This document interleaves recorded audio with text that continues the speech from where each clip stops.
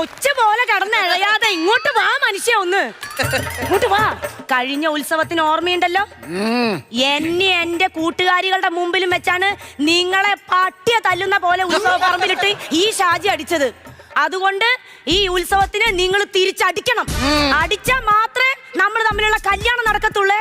പിന്നെ അടിക്കുമ്പോ 6 ഇഞ്ചും 4 ഇഞ്ചും അടിക്കണം. കണ്ണി ചോരയില്ലാതെ അടിക്കണം.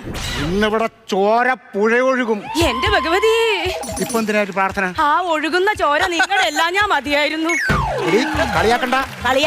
കളിയാക്കണ്ടല്ല, ഗുണ്ട കളിയാക്കണ്ടെന്ന്. എടി ഗിരിയെ തൊട്ടിട്ടുള്ള ആരെങ്കിലും വെറുതെ പോയിട്ടുണ്ടോടി? വെറുതെ ആണോടി ഞാൻ ഈ മീശ വെച്ചേക്കുന്നേ.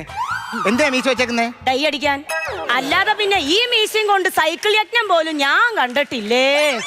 കളിയാക്കണ്ടേ?